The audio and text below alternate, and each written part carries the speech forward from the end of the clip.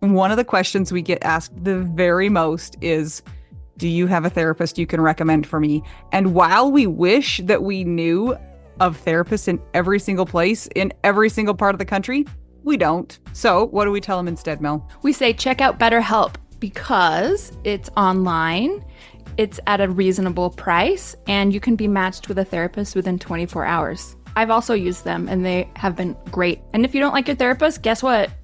Click, click, and get a new one. Absolutely. It's so hard when you have an in-person therapist, if you're not clicking with them, to cut them off and get a new one. So that's not an issue with BetterHelp. So we always tell people to try BetterHelp. And if you use our promo code, which is trybetterhelp.com/WWDN, you get 10% off your first month. Go ahead and try it out. That's trybetterhelp.com/WWDN. And you know what? I'm a big fan of doing therapy where you don't have to wear pants, but nobody knows about it. Are you wearing pants right now, Mel? I'll see you later. Bye. That's trybetterhelp.com/WWDN.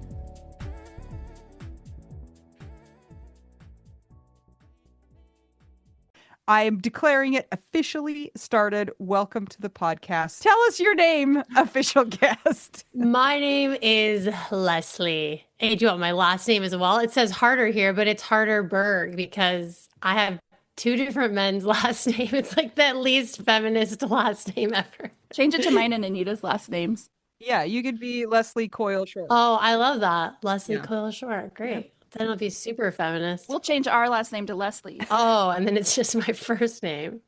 This is the future of widow names. When I saw your name in our inbox, in our email inbox, I'm gonna be honest, I judged you to be old. I thought that was an old person name, but you're not. I thought you were going to say that you immediately was like, feminist. She's got a No. hyphen in there. No, She's badass. I don't know No, why. you just thought I was an old woman. Yeah, I think Harter Berg sounds like an old person. I think don't it know sounds why. cool, like a Jewish writer. I don't know. I It's was an just- invented name. That's why it sounds weird. I It's was just going invented. to say like a Jewish woman. So cool. I wish I was an old Jewish woman, but sadly, you got me. I'm a little bit Polish, so Oh, a maybe. little bit Polish. Where are you? Where are you from, Leslie? I live in Vancouver, Washington, which is by Portland, Oregon. Yeah. Yeah, so it's the other Vancouver, the one no one talks about. Okay, not Vancouver, Canada, is what you're Not saying. Vancouver, Canada. Nope, Vancouver, Washington, which is just Portland. I live in Portland, a suburb of Portland. Okay, that's cool. Except for, does it rain all the time? It does.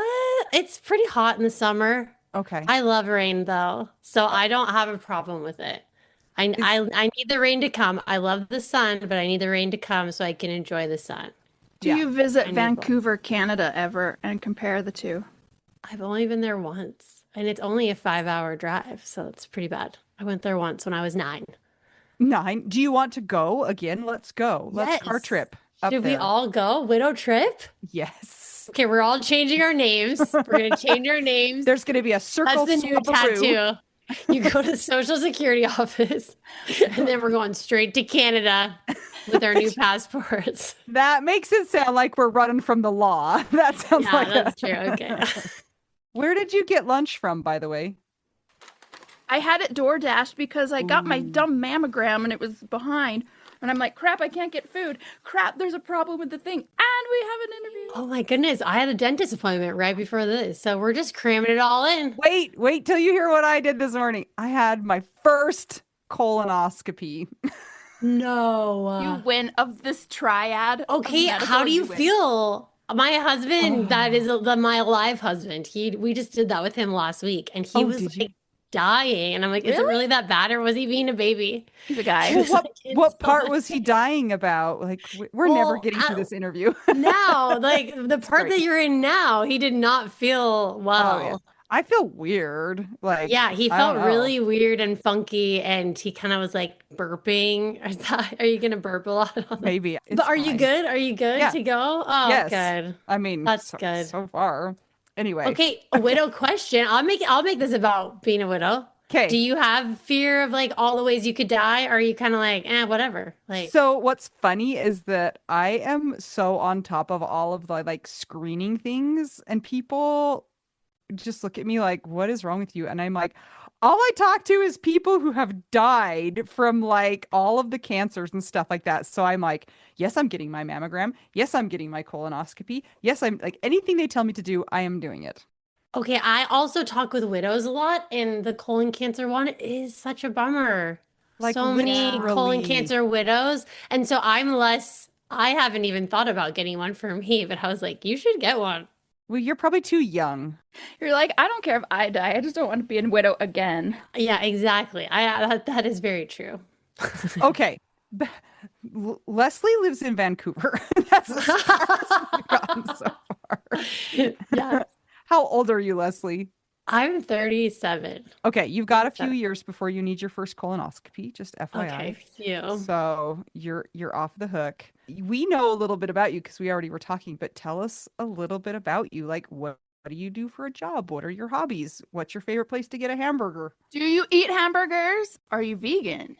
Absolutely eat hamburgers. I eat everything. There is Good. actually no restrictions on my list. I always forget that people have restrictions. I'm very bad at that, which is hard in Portland because everyone has Yeah. restrictions. Um, yeah, I eat everything. I make video commercials for a living. Like, what do you mean when you say that? Like, are you making the camera roll? Are you editing? Are you like, what part of it? Yes. So I own a company. So it's connected to my widow's story because me and my husband, Ryan, started a video production company together. We met at work, we met at a media company, and we were like the writing team. And so when we fell in love, we got married, we started a production company together making commercials. And so I am the owner. So I get the jobs, I pitch the concepts, I write them, and I Mm-hmm. direct them. But then I have a team that does all the other stuff. I do like to edit, but now that we have a bit of a bigger team and we have more clients, I don't really have time to edit anymore. So I'm more like oversee the creative. She's the face of the company. I am the face. I am. But half of the face of the company died. So I was not just a widow, I was a You're that mask in Phantom of the Opera that's just half. exactly. Hmm. At the beginning I was like, I am a half person. We directed together, so I was like, I'm a half director. I think this is good. And it's been almost 7 years. I think Anita and we are the same year. 2019 is when Yes, your ma'am. husband Yeah. died. Yeah, Yeah. so 7 year club. So yeah, I've been doing it a while on my own, but that was a big blow. Solo business owner without him. And then where do I eat burgers? Where do I eat burgers? There's a place called Burgerville in Portland. It's a local place. It's not that good to people that are out of town, but It's not that good. if you live here, that's where you go. And I love it. I love their fries. Okay. Um, you mentioned Ryan. Tell us about this person. Oh, Ryan. He was a huge personality and obviously a creative force because we met in a creative field and we were kind of goofballs together. Big goofball, very tall and thin. His waist was Okay. smaller than mine. He couldn't get pants that fit him, like a 28 waist with like 34. They didn't exist. He has like a skater build. Definitely, he was a skater, rock climber, that kind of guy. He was. You're by Burnside. Did he skate Burnside? Yes, he did. He did. Yeah.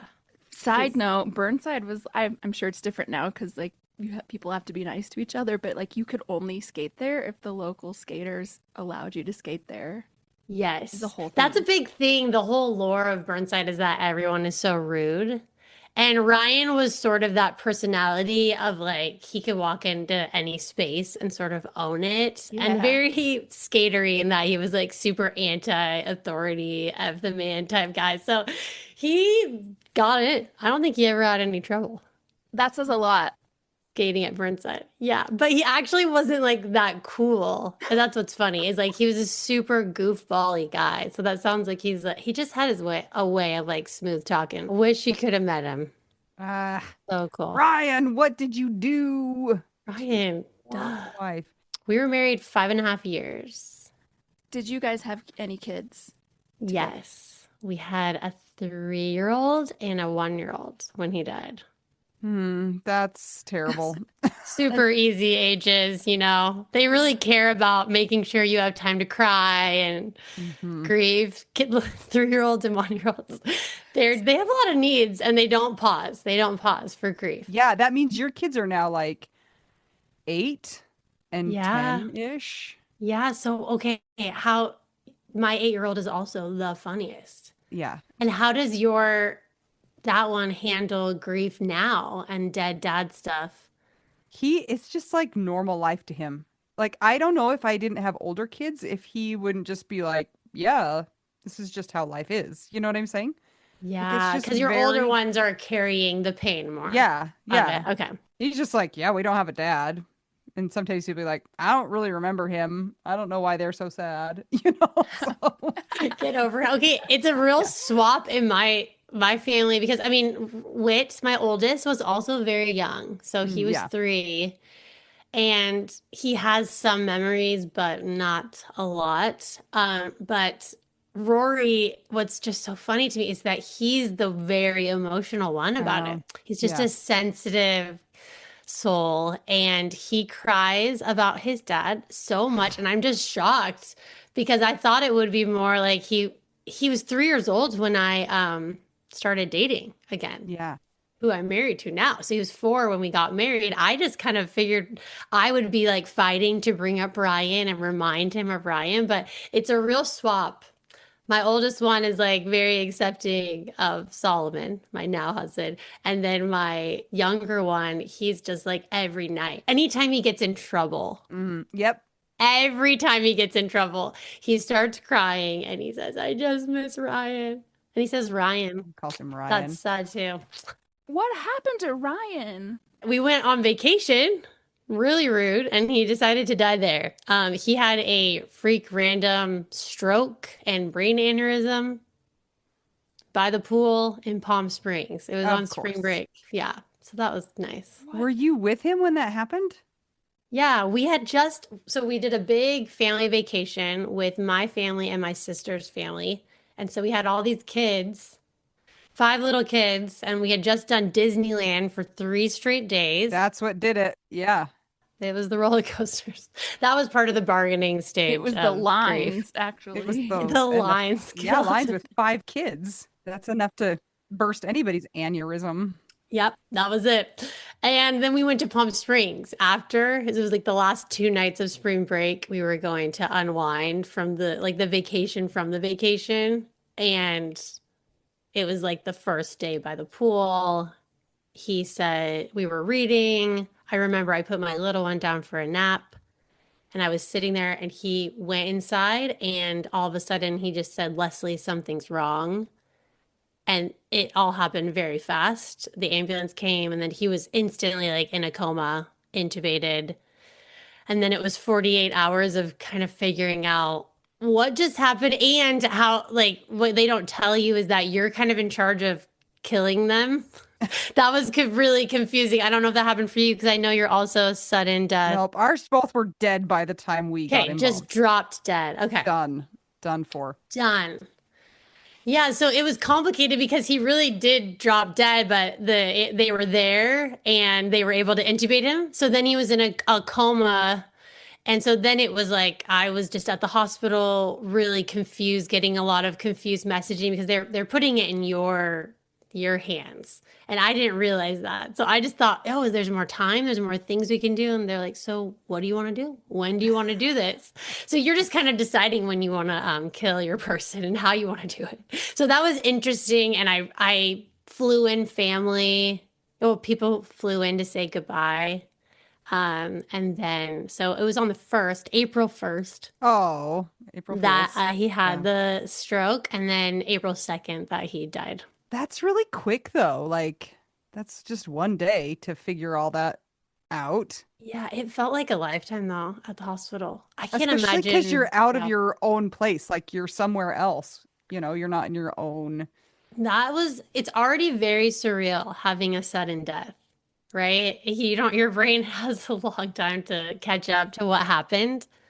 So it's double surreal when it's not in your world at all. Like Palm Springs doesn't look anything like where I live. And then we had to fly back with all these kids and these grieving adults. Like, it wasn't just me that lost somebody, right? My sister lost her brother-in-law. Like everybody lost their best friend. And we're trying to get these kids on an airplane, these kids that don't care about what, like they do, but they're confused. They're still kids.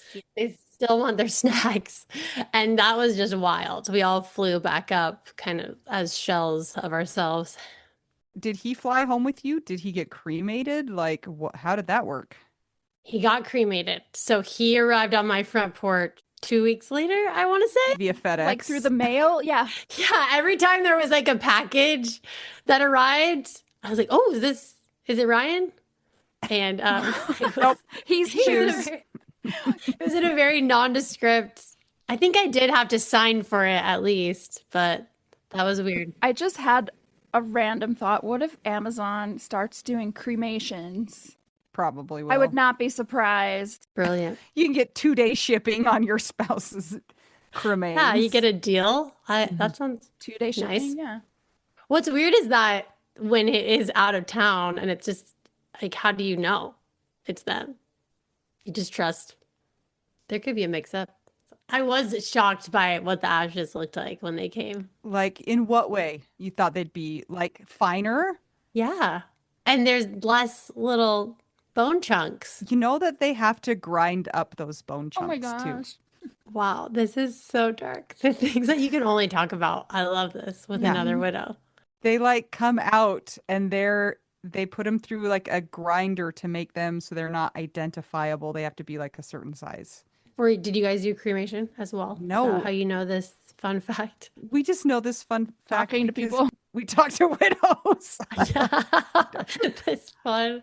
Yeah. That was a like a weird thing for me. I don't know about Mel, but since he died suddenly, it's like I'd never thought about what I would do with him if he Mm. died. And it's just kind of like culturally normal to bury people here. So it was like, I bury thee.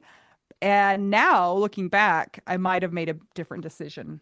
You feel like you have to make decisions so fast Well, you do. Like, when you're not in the right frame of mind at all. I remember he died before Easter. My dad is a pastor and my brother-in-law is a pastor. Like there's so many church people in my world. And so everyone's like, you have to do the service before Easter. And so we had to make all these decisions and we had to strike that like while it was hot. It was like the service was beautiful, but it's just a bunch of shell-shocked grievers. And we like threw it together and there was all this pressure to make all these decisions so fast. So if I could go back in time, would change that. I have the most inappropriate question. Good. Did they demand that it be for Easter because they thought he might come back? Oh, Oh, no, but Okay. that Just- would have been good, Ryan. That was a really missed opportunity on Ryan's part. Yeah. Ryan messed up that one. It was just because they thought people wouldn't travel around Easter Mm. to come. So they were like, let's do it before. I wish we would have just waited another month instead of throwing it together in 10 days. That was a lot. So did you find out at the hospital, like they figured out what had happened? They probably did like scans and stuff. They were like, oh, his brain kind of exploded. Sorry. Yeah, no more brain. Yeah. What happened was he had something called an AVM. Have you heard that one on here? Okay. Mhm. And yeah, arteriovenous malformation. Yeah. Wow. And you can even say it. I can Yeah. barely say it. Venous malformation. Yeah. So that's something that you're often born with Hmm. and that he didn't know. He didn't have any like bad headaches or anything like that. And it was right in the neurostem, so in the worst possible spot to have a stroke and brain bleed. It just Yeah. affected every area of his brain. I was really worried at the beginning if my kids would have that. But nobody would test them because that was kind of the first place that I went because Ryan had a sister. Oh, Ryan's whole family is dead except for his brother. His parents are dead. what? He had a sister that died. So his family, I feel awful for all of the cousins and aunts and uncles. They're like, what is happening? And it was just so shocking that he died because he was the one that had people die. Not he wasn't the one that was supposed to die. He was the griever. Did his people all die from the same thing, though? No, his sister though, she died at 18 months and it was sudden and they just didn't look into it. It was in the 80s. And so because of that, I was like, huh, could this be connected? But everyone that I've talked to, like medical professionals, are like, no one would test for this because even though Ryan had it, the chances of anything happening with it were small. So it was pretty random that this killed him. And so if they found it in a kid, they wouldn't necessarily treat because the risk of the treatment is so much greater than the risk of this killing the kid. Does that make sense? So like they don't really want me to know. Wow. So that's an exciting puzzle for another day. Okay. Would not accept that answer. You're like, absolutely not. Look at my kid's brain. But what would you do if then they're like, oh, the treatment's so risky for your kid? Yeah, that's where things get a bit sketchy. But I can make up a lie for you. We could definitely get them an MRI. Okay. Okay. I love this. Yeah, we could say like headaches and Yeah. You'd be like, their coordination and they've got these headaches. yeah, but then do I want to know? Do I want to know, Anita? That's the question. I don't know. That is the question. Yeah, I don't know. So you've got a 1-year-old, a 3-year-old, their dad, your business partner just is gone, dead, erased from the planet. Like, And how old was he? yeah. He was 34 Uh, and I was 30. uh, So hate it. just prime time. Yeah, hate it. So Ryan dies and we got to get on a plane. We got to come back. I take 6 weeks off work. But when you're running your own business, you're sort of like, what if this all goes away if I don't get back at it? You're right. But I also really like work and it was a good distraction for me. So I didn't take that much time off. Were all of your commercials that you made after that, were they all like sad and like Mainly for funeral homes. dark humor ones? Even though they're like Skittles and she's like, somebody dies in this commercial. Like, what if there's a widow? It's Yeah. just like a Hallmark movie or every Disney movie. Yeah. And there's only one parent. You're like, well, we could get a dad in there too. No, I had to do dumb like dog food commercials, and pretend like I really loved it. I just had to smack on a smile and make the monies because then I was the provider. But I also, like I said, I liked work. I needed it as a distraction. I don't know if you guys felt the same, but I tried for a bit just wandering around my house being sad. I was like, this is going to kill me. I have to do something. So I got back out there and then I got the kids in daycare and all that. And then it was COVID. So then I was very much just single momming in my house with my children 24/7. That's like, I feel that. Yes. like the 1-year mark when we were ready to kind of rebuild. Yep. I don't know about you. I had this notion in my head that was like, 2020 is going to come and I'm going to try to go on a date. I'm going to pull myself up by my bootstraps. Hello, world. And then it was like, goodbye, everybody. You have your 2 children. Not going anywhere. So when at the beginning of this, when I was saying that you made a commercial, a trailer for your life and your book, one of the things that was a theme of that was the "you're so strong." How did you feel about that idea of people telling you that? Because you were so strong throughout COVID and like all of it and widowhood. I was so strong. I feel like I got that compliment so much. You are so strong. And my personality type is that I want to know what other people expect of me. And I think with grief, I was a little bit like, how am I supposed to be doing this? What does everyone around me need me to do? And so the fact that everyone was saying, you're so strong, I kind of just latched onto that. And I was like, okay, this is what you need me to be. You need me to be so strong and pulling it together. So I think I worked a little too hard at trying to be strong and wish that I would have reined it back and phoned it in a little bit more, especially those first couple of years. Stayed in bed, a few more times and actually felt the sadness. But yeah, I was trying to be so strong. Best advice ever. She's like, I wish I would have phoned it in more. That's my I advice to know. myself. Take a nap. Did you burn out from it? Yes, for sure. So much burnout. And I feel like because of, I'm still feeling things 7 years out that I feel like, oh, I should have been feeling some of those at the beginning too. I think I was just high adrenaline. Like, we're going to keep moving. We're going to keep going forward. We're going to do something with that. And yeah, definitely crashed. Do you think that because people were telling you were strong, that it made you not ask for help? Do you feel like it kind of set you up so that you weren't able to be vulnerable too and to be like helpful? And they're like, you're so strong, you're good, you don't need anything.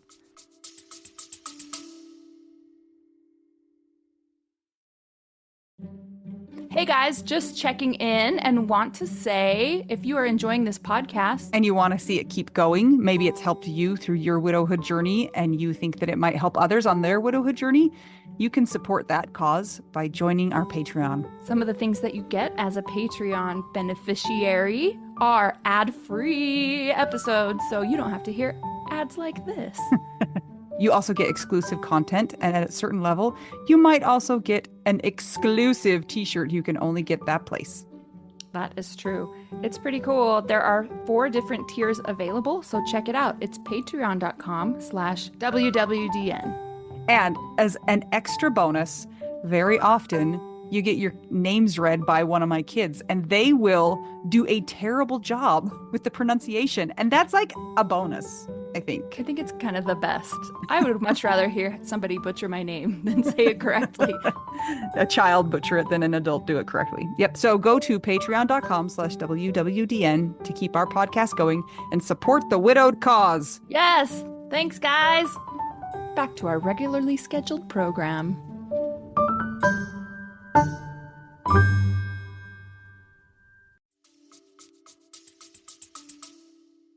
I have a very good community that did really show up for me. Oh, good. I will say but I am such a self-sufficient person that even someone tried to clean my house when we were in Palm Springs, like get a house cleaner, and I had already hired a house cleaner. So I think some of my personality type kept me from getting to experience that vulnerability with people. And I feel like whenever I did start to get vulnerable with someone, I felt like this is too much. You kind of see people's eyes, the terror, and they're imagining this happening to them. Yeah. And it's a lot to see someone processing that. So I was like, zipped that up. I'll save that for later. And it was the most helpful, the most healing thing was talking with other widows. How did you find them? Where did I find them? I feel like we just all find each other. It's so strange, isn't it? Yeah. But The you said internet. you said you talked to a lot of widows. So like I do. where? So that's more recent. So I got married again and I got pregnant and I'm sort of like nesting energy before this third baby that was going to blend my family and this complicated kind of grief baby came is I started this nonprofit called Vids for Wids where we just tell widows stories and make videos online about widow stories. What? This sounds so cool. Yeah, check it out. We get dark, we do humor. We need to have you guys on there. Yeah. Yes. Telling your stories, getting weird. But because at the beginning, there was those moments where a widow that was maybe a year in front of me reached out and let me talk on the phone with them or text them and just hearing their stories and laughing at weird, dark, talking about bones in the ashes. Yeah. Things that just other people are, a little bit scared of. That was so healing. So in my weird nesting energy, I was like, I'm going to do this. And I just want to be for whoever that person is that's in that first year when they're looking online that they could be flooded with stories, right? And things like this, I was grabbing onto and I was like, the more stories, the better. The more widows saying this, that one thing that I felt too in that moment on that worst day, that helped me move forward more than any great friend that showed up for me, which I'm so grateful for all the people that fed me and showed up in practical ways, watched my kids. Yes, but I do think it was the widows, the people that had lived it, that helped me the most. You need both. Like, Mm-hmm. it's like, Yeah, you got to bo- eat I and was you, gonna say, both you are have to, tools in your toolbox, which is kind of a routine. Both are tools. yes. How many widows have you interviewed so far? That's such a good question. I don't have that number. I think last year I did that number. I want to say like 50, That's maybe awesome. 50 to Yeah. 70. So it's still very local. We've made like hundreds of videos, but it's basically some of them are funny, dark humor videos, but a lot of it is just widows telling their story and getting into some of the hot topics and just short little videos. And on Thursday night, this we're going to I'm gonna like be in person. Sometimes we do like in-person events and all hang out and go Yeah. dark together. But to me, it's very much like, well, how could I help someone that went through what I went through? And to me, that's the best way to help. Yeah. Is it on YouTube? Is it on its own site? Vids for Wids is on Instagram mainly and TikTok. Yeah. We've heard of those. I have a question about your widowhood experience and you talking about already having hired the house cleaner. I was like, oh yeah, it's because she's like a producer. Like she is the person who Yeah. I feel like you produced your own widowhood. Like Oh you, my gosh, yes. Yeah, for sure. And I think what's hard is that there's not this great ending to it, right? You feel like you're like trying to get towards some magical healing finish line, but that doesn't happen. So when you're producing a movie or a video, there's an end product. It eventually finishes. yeah. There was never a moment where I feel like I did it. I'm so strong. I arrived. Here's the premiere. Here it is. Nope. I made it. I'm done. And even this book coming out, I'm like, oh, it's not over. It's never over. Like, this is not, there's, even this week, I had a nice little breakdown, two little weird moments where I'm like, wow, still, that still hurts. Still sad. Still sad about that. Before we get to the book situation, tell us about this new husband. Like, how did that come about? Solomon Berg? That sounds a Jewish name. Doesn't it? He's also not Jewish. Wow. I know. We need to do 23andMe or something. It's a cool He name. gets too. a lot I of love mailers like to Jewish people because of his name, Solomon Berg. No, he's also not Jewish. His parents were Catholic. Yeah. He not Catholic anymore, but yeah, not Jewish. Solomon, I met not that long after Ryan died. He is an architect. So we're basically a Hallmark movie or like a bad rom-com. The Widow and the Architect. And he remodeled my kitchen so it gets better. Wait, did you hire him because you liked him, or is that how you met him? Okay, so there's some mutual friends involved, and he flipped a house in Portland. He moved to Portland from San Francisco to flip a house. This is a Hallmark movie. My sister went to his housewarming party, and she was like, you need to use one of these houses for your commercials because we film commercials in houses and we always need more options. So I was like, great. So I went and filmed a commercial at his house. So that's where we met. And then just a couple nights later, my sister invited him over with some other friends for a dinner at her house. And while we were there, he offered to help design my kitchen for free. Whoa. Yes, that's a yes. So he was kind of coming on to me, and that was sort of his line. What's funny is that I was like, oh, this guy is cute. It only had been 3 months. I was very lonely and horny. I was not planning to marry him, but I was like, oh, we could like make out or something. Yes. So interested. But he was very interested. And everybody in our friend group was like, whoa, whoa, you're just jumping in on a story. This is not a good time. He was interested. Everybody calls him off. So a couple months go by. He starts dating someone else, someone that doesn't have two kids and a dead husband. Totally fine, normal. But I was like, okay, did he offer that for free as a that he was hitting on me so that he would get something out of it, or was that a real offer? And everyone, all of my friends were like, no, you're gonna take him up on that. We're gonna Yes. make him design your kitchen for free. Because I did want to remodel my kitchen because people had given me money on with GoFundMe. And so I was like, I'm gonna use this to finally remodel my kitchen. Anyway, so I hit him up. He does my remodel while he's dating someone else. So it's all very business. But every time I'm like, putting on makeup, like, oh, is it still on? Is it off? And, every time he was kind of giving the signals. Okay, so a year goes by. We do my kitchen. It's great. So then I'm approaching the second year and I want to do my bathroom and I want to pay him because he did such a great job. And I was like, hey, I know I'm not like right out fresh into widowhood, so I don't expect a free anything. I would love to pay you to do my bathroom. So he does my bathroom, but during that, he breaks up with this girl. Oh, And one day he brings over tile and he stays for 4 hours and he's like doing Play-Doh with my kids. It was all very weird. I didn't want my kids involved in the dating process, but I was like, what is happening? Is this happening? And yeah, it was. So a few months later, he actually didn't ask me out. He had a time goes by and we're in this weird zone. So I had a widow friend tell me, you need to ask him out because widows are intimidating. You have kids. You need to make the first move. So I asked him out, and then within a year we were married. So that's our um, story. is he never married, divorced? He's not widowed because then he wouldn't be scared of you.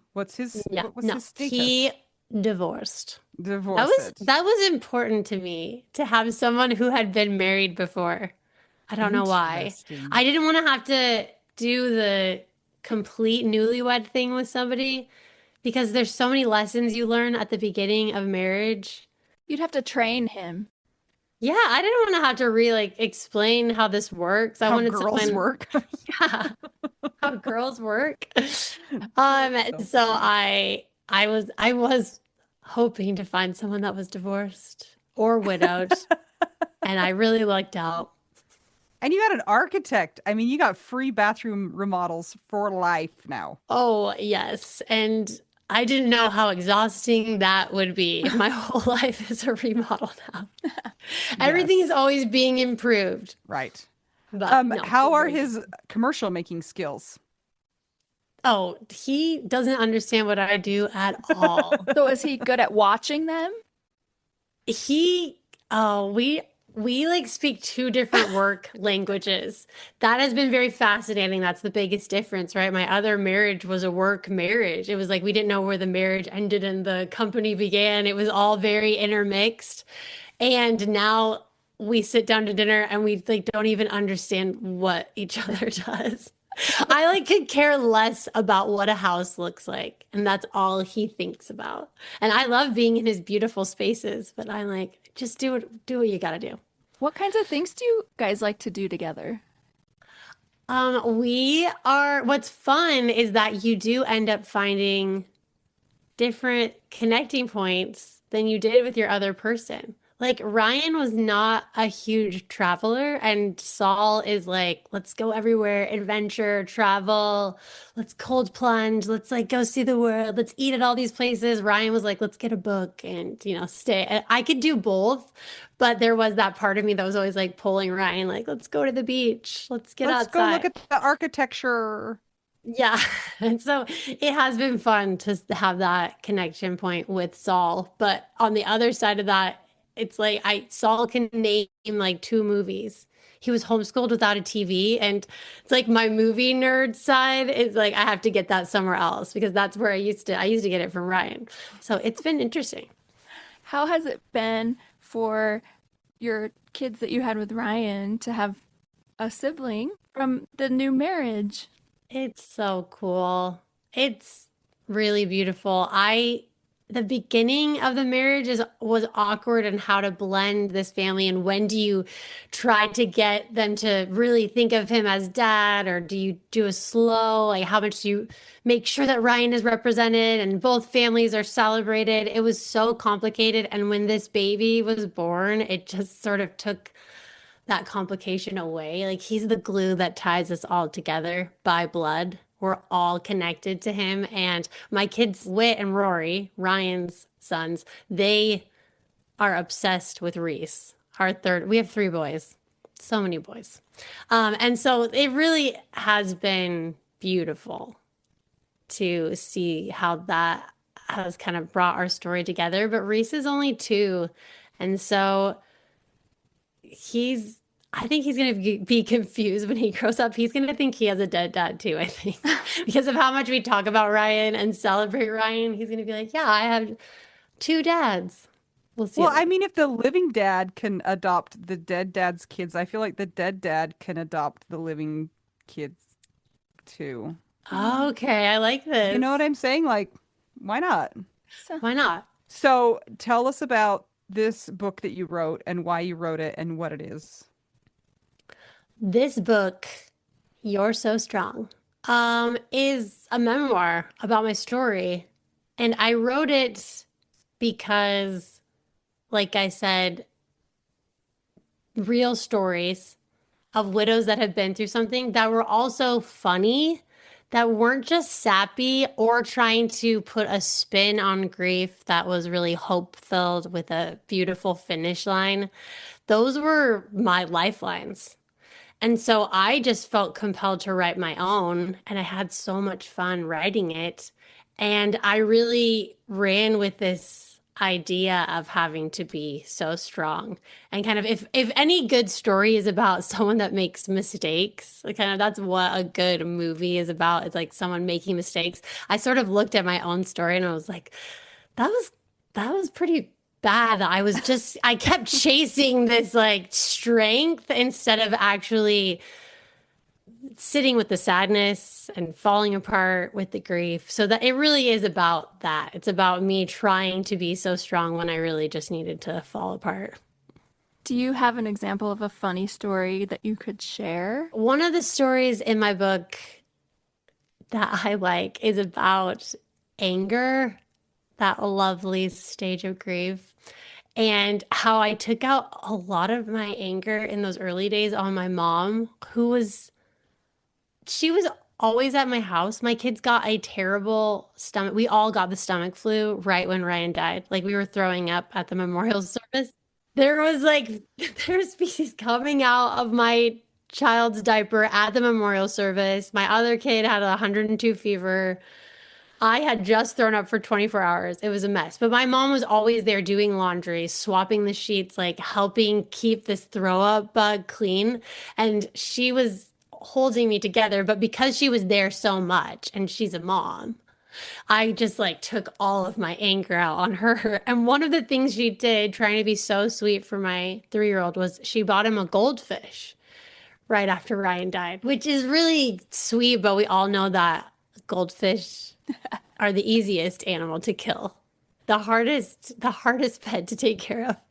And I was like panicking, trying to get the filtered water and do whatever the website said, how to keep it alive. But 1 week after we got this fish, it was like sucking air like Ryan. And we had to do another memorial service around the toilet. And I was so mad at my mom.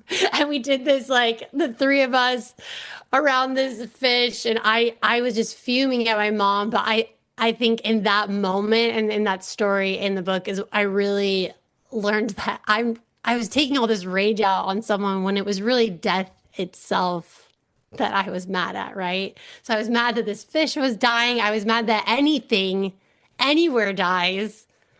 That death even is a thing is what I was mad at, not at my mother who just doesn't have she didn't really think through the pet choice. I'm imagining the sermon at the toilet bowl. Instead of Sermon on the Mount, sermon at the toilet bowl. Yeah, Sermon at the toilet bowl. I just want you to know, as a widow, I tried to buy a goldfish once and I was denied. The PetSmart told me I was not allowed to buy a 10-cent goldfish. And I walked out of there and it like shook me a little bit because I was like, I have four kids and they don't even trust me to buy a goldfish. They are much harder to keep alive than kids. But Anita, isn't it because you got the goldfish before and you had come back so soon because they had died? I thought that was why. No, They just looked at you and they said no.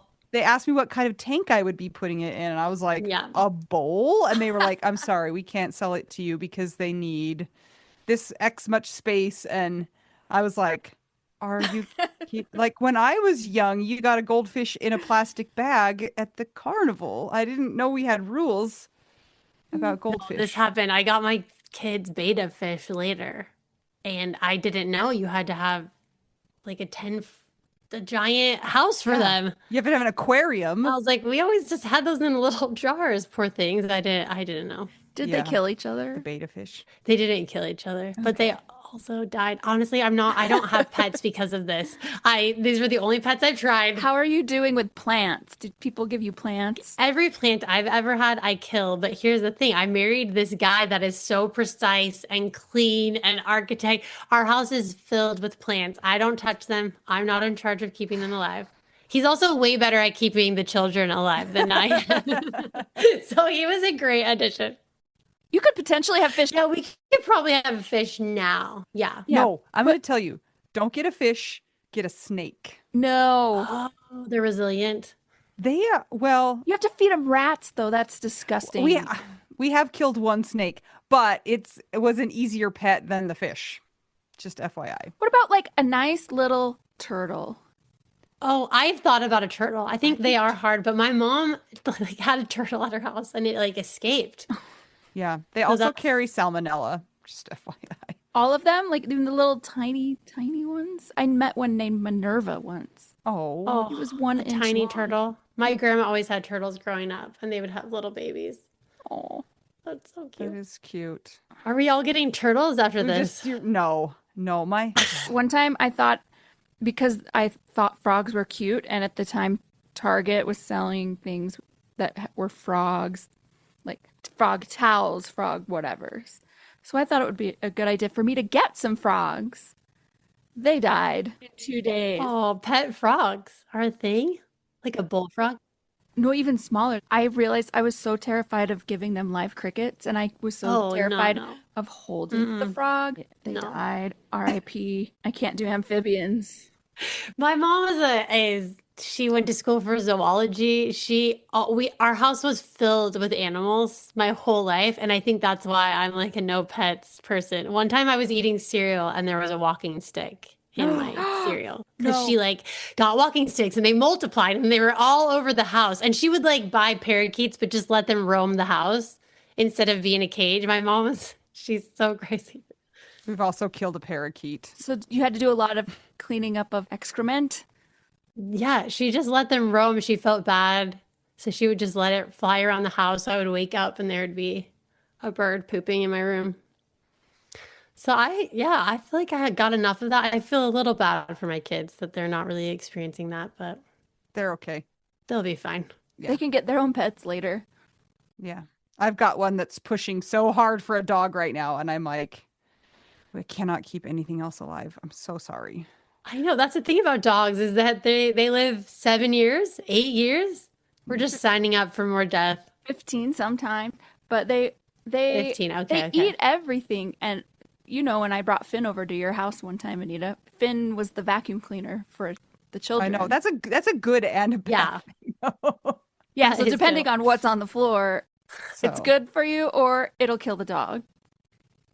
I relate so much to your whole vibe of living in a sitcom because I too feel like my life is a sitcom. Like I have these like 30-minute, 27-minute or whatever they are, just like I cannot believe that this is my life. I cannot believe that this is my life. And it just like over and over and over again.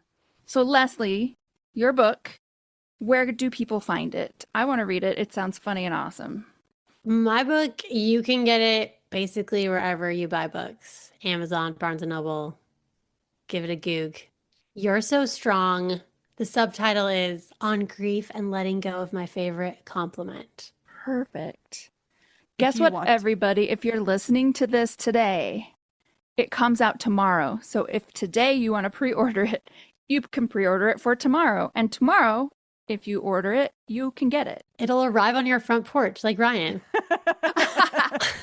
You might not have to sign for it. They might just chuck it You- on the porch. You will not have to sign for it, and there will be no bone chunks. Okay. I've just come up with a brilliant idea. What if you included a little piece of Ryan? You know how some people sign their books?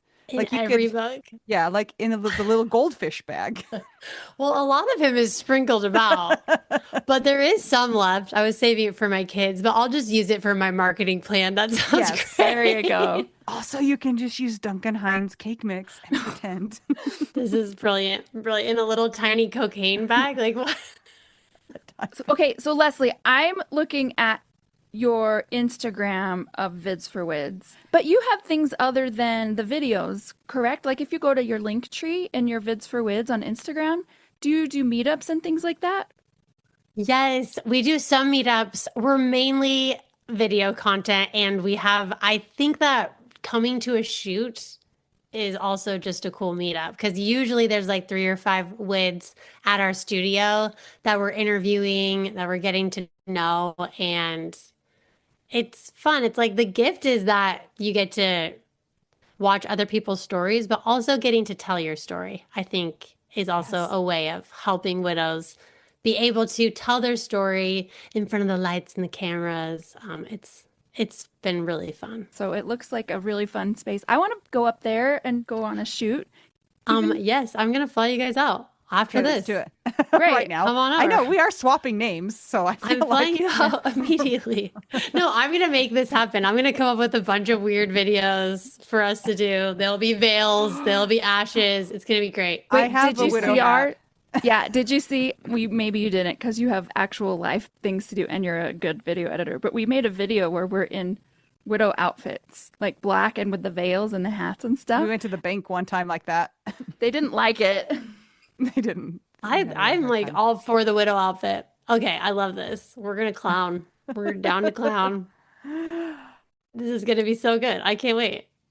And you can play the piano for something. We're gonna do something with the piano. I will. I could play the Death March. Oh, perfect. Is And that dun dun? That sounds like dun. Star Wars. That is. was- That's not the death. What's the death march? The wedding. There's the wedding march. I don't know. I can just pronounce arteriovenous malformation. Yeah, it's called the Funeral March. It's by Chopin, one of my favorite composers. She's gonna play it.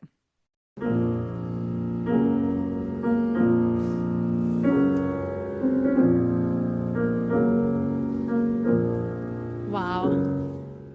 I'm proud of myself that I might have been a little bit Darth Vader-y, but there was some Chopin in there. I think that's where they got it from. Yeah, I feel like he had to have stolen some of that from him. So Leslie, so people can reach out to you to do a video with you, correct? Like they submit something? Yeah, you can submit the story on vidsforwids.com. And if you can't come out for a shoot, you can also just send us like an audio. You can call the number that's on our website, send an audio of your story, and we'll create a video from that audio. We just want the stories. So we'll figure out a way. Nice. That's so awesome. Is it just you, or do you have like a whole group of widows doing it? Well, I have a board, and most everyone on the board are widows. Just That's one awesome. person is someone else that has worked for a nonprofit. So yeah, but as far as producing the videos, my production team does it. They volunteer to do it. So we make all of our commercials together, and while we're on set, I'll be like, by the way, can you come back on Thursday? Or sometimes we'll cram it on the end of a shoot. We're making a commercial. I'm like, I have one widow coming today. Can we throw up a backdrop? And they're like, they're all great sports. They all loved Ryan too. They all knew Ryan. So they awesome. love doing this too, to kind of help other people in this situation. Leslie, it's been so fun to talk to you. We're so glad that you're not an old, boring person. Okay, but let's just be clear, that doesn't mean that old people are boring. No, absolutely Old not. widows are cool. Oh, the best. You just were different than I had pictured in my mind, and it's been fun. So Okay, thanks yeah, this has been a blast. Thanks for joining us today. We always have to ask you an important question as we finish up. Mel, you want to ask her? What's your favorite cheese? Favorite cheese? Oh man. Like I said, I'm not a picky eater at all. I love all cheese. I usually go for a wine soaked cheese, like a purple, the one that has the purple rind. Yeah. Yeah. That's what I'll usually go for if I'm doing like a cheesy night. Okay. That But sounds just like a melted cheese on a quesadilla, like melted Mexican cheese, that does it for me too. So I mean, she's got the fancy cheese and the pedestrian yeah, cheese a little married highbrow, together. little lowbrow. Yeah. Yes, we love it. Thank you so much. Remember to check out Leslie's book that's coming out tomorrow and Vids for Wids. That is Vids for Vids Wids. for Wids. It rolls right off the tongue. And commercials. Like if you see a commercial, maybe Leslie made it, you know. I probably made all of them. No. If you're No commercials at the Super Bowl. If you're in Germany or one of those countries, wouldn't even if the W is first, wouldn't it be pronounced V? Oh, it could Vids be for Vids. Yeah. Vids for Vids. Vids for Vids for Vids. Yeah, you did it right. Yeah. He was just speaking German. Yeah. Well, thanks for joining us today. We hope all of you have enjoyed listening to Leslie's story. Check out all of her stuff. If you'd like to keep the podcast going, will you check out our Patreon? It's patreon.com/WWDN. If you want to buy us a coffee, because Anita's going to drink coffee now. Don't tell your mom. Or actually tacos or any form of cheese, go to buymeacoffee.com/widowwedonoww. And we always love a nice rating and review on Apple Podcasts or Spotify. And until we get to talk to you again, I'm Anita. I'm Mel. I'm Leslie. And we are just two young widows and one widow who is the producer of her own widowhood story. And we're all just trying to figure out widow. We do. Meow.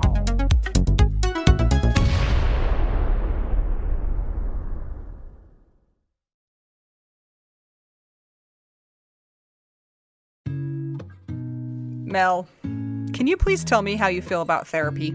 I am so grateful for therapy. I do therapy every single week. Do you think it's a great tool in the widow's toolbox? I sure do. I think it's a great tool in anybody's toolbox. And I am so glad that I have stuck with it because as time goes on, there are more things that I am able to learn about myself. That goes for anything from healing from the death of my husband to childhood things to trying to get outside and be social or trying to address my own certain personality. So yeah, it's really been helpful for me.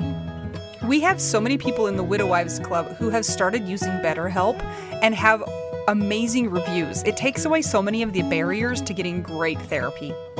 I know one of the things that's hard for people, and we get this question a lot, it's I need a therapist that does XYZ. Who is a therapist that is going to be widow friendly?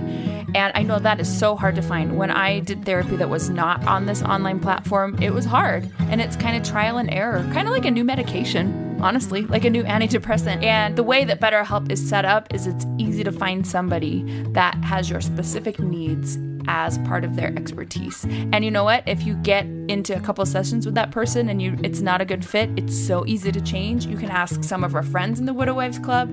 They've changed therapists and gotten one that has been a better fit for them. Well, a lot of them are lucky with who they get first time. I am so grateful for mine. I love her so much, and it's literally changed my life for the better. This is amazing. So if you guys are wanting to add therapy to your toolbox or need a change in who you're seeing right now, consider checking out BetterHelp. They're one of our sponsors. If you go to trybetterhelp.com/WWDN, you get 10% off your first month of therapy if you sign up with BetterHelp. And let me tell you, the day that I was in the hospital with my dad when he was dying, I was able to instant message with my therapist, and she checked on me all throughout the week. And I was not available for video sessions for a lot of those times because there were things we were dealing with, like mortuary stuff, and I was still able to be in contact with her. So they're very, very responsive, caring. It's such a great platform, and I recommend it to anybody who is looking for therapy. Once again, it's trybetterhelp.com/WWDN. And that's for 10% off your first month of online therapy. You don't even have to wear pants, Mel. I know this.